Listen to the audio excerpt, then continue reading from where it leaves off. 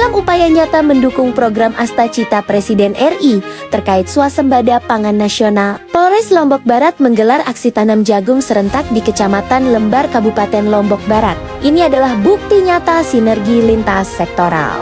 Kita tidak hanya menanam benih, tapi kita sedang membangun benteng ketahanan pangan nasional. Melalui gerakan tanam serentak ini, diharapkan dapat menjadi salah satu lumbung jagung yang konsisten menyuplai kebutuhan daerah maupun nasional.